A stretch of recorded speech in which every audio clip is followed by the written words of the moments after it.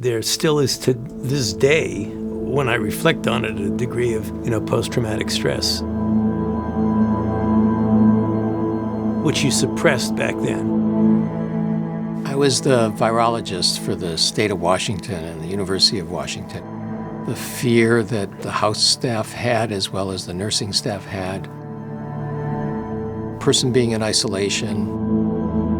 Virtually all of our patients died, and they usually died within a 12 to 15-month period. Some of them died within a couple of months. The general feeling in the community was a concern about this mysterious new disease. We didn't have an HIV test then, so when a person presented himself to the healthcare system coming into the hospital, that person was already desperately ill. And the first patient I saw, I didn't realize that it would be a repetitive thing with the subsequent patients. It was a disease that had no name and no etiology. And that's a very unique experience in medicine, to be taking care of desperately ill patients in which you had no idea what you were dealing with.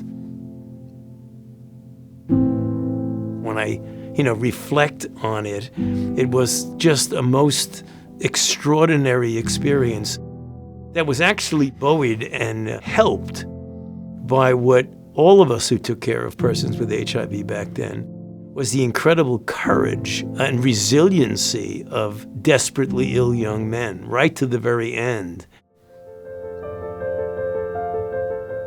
1.3 million new cases every year estimated.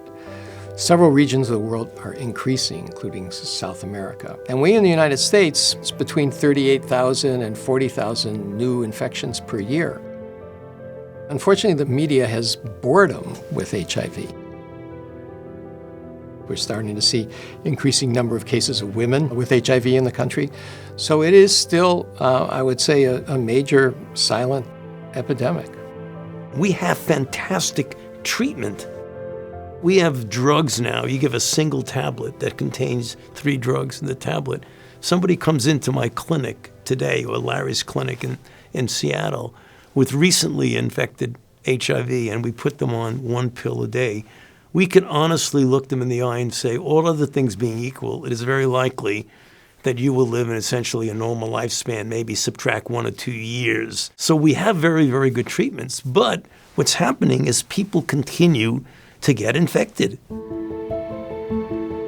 Whereas opposed to with a vaccine, hopefully it's a 1 or 2 shot basis and then you're done.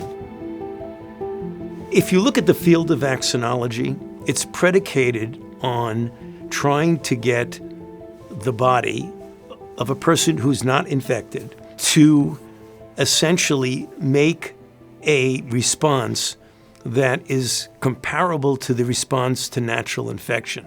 And if you look at all of the pathogens, mostly viruses, that we have really good vaccines for, those were diseases that the body, as a proof of concept of those who've been infected, already tells the scientist that the body can make an adequate immune response. Because when you get infected with measles, you get infected with polio, you get infected with any of the other pathogens, smallpox, that a certain percentage of people get seriously ill and die, but the majority of people recover. And when they recover, that's because their body makes an immune response which not only eliminates the virus from the body, but protects you from getting infected again. So when I got infected with measles, which I did, I'm essentially protected for the rest of my life. The same thing holds true for polio, same thing holds true for smallpox. The problem with HIV is it is totally unique in that the body's response to natural infection is inadequate. There are no documented cases of a person being infected and completely clearing the virus from their body. We have to develop a vaccine, a platform, and an immunogen that does better than natural infection does. Because with every other virus that we've developed immune responses and adequate vaccines for, we mimicked the adequate response of the body to natural infection. That's what you don't want to do. with HIV. You want to do better than the natural response, and that's the reason why it's been so difficult. We're not going to be able to treat ourselves out of this epidemic. We actually need a vaccine. So we put together a vaccine program, structure-based vaccine design.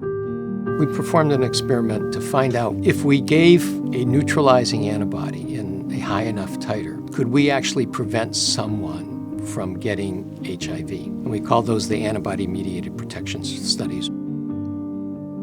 Now that was a milestone because it said if we gave enough antibodies and they were neutralizing antibodies and they were broad enough, we could prevent someone from getting infected. We now have a roadmap on how to create a vaccine, and we're making really great progress. We've come so far with investments in science. When Larry and I were in the hospital wards and clinics in the early 1980s, we never ever thought we'd get to this point with regard to treatment. So we can do the same for vaccines if we make the investment.